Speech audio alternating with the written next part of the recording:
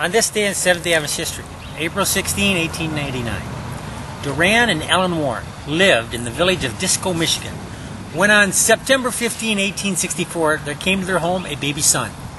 Ellen was a devout Christian woman, having accepted the seventh-day Sabbath with her husband under the preaching of John Norton Loughborough, and even before her son was born, had secretly dedicated him to God to be a gospel minister. Luther Warren preached his first sermon in the home of the parents of Mrs. L.D. Avery Stuttle. At the age of 14, he and 70-year-old Harry Fenner organized a young people's society and led out in prayer bands among the young of his community. It is said that Luther Warren was the father of the organized young people's work in the denomination. A year at Battle Creek College was cut short by illness at home, and it may be said that his formal education was very meager. Yet he was an insatiable reader, with a determination to find himself for the place to fit himself for a place in the Lord's work.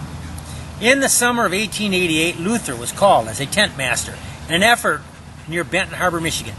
Here he met Miss Belle Proctor.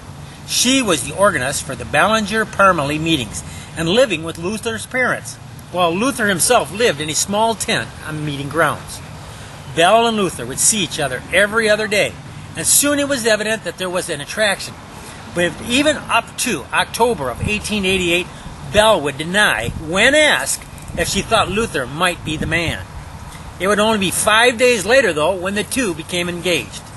At Christmas time, Belle's parents would give their consent and blessing to the coming marriage. And on January 17, 1889, Luther would go to the county seat in Berrien Springs to secure the wedding license. The wedding itself would wait almost 2 months.